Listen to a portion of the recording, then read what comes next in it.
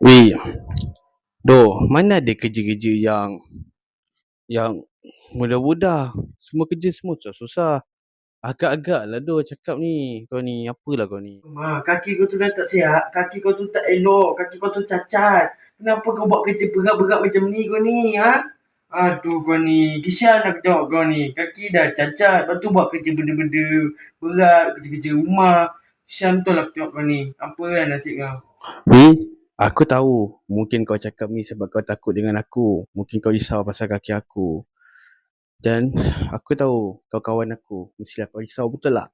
Tapi kau kena fikir satu benda. Mana ada siapa, mana ada orang nak bagi sesuatu, sedekah ataupun sebagainya dekat orang lain. Dan lagi duit, agak-agak lah. Takkan aku nak berharapkan kepada bantuan. Bila aku, walaupun aku ada cacat sikit ataupun aku ada kekurangan sikit, tapi aku mampu berjalan, aku mampu berdiri. Kan? Aku kena cek juga rezeki aku dan aku kena cek juga duit aku tu.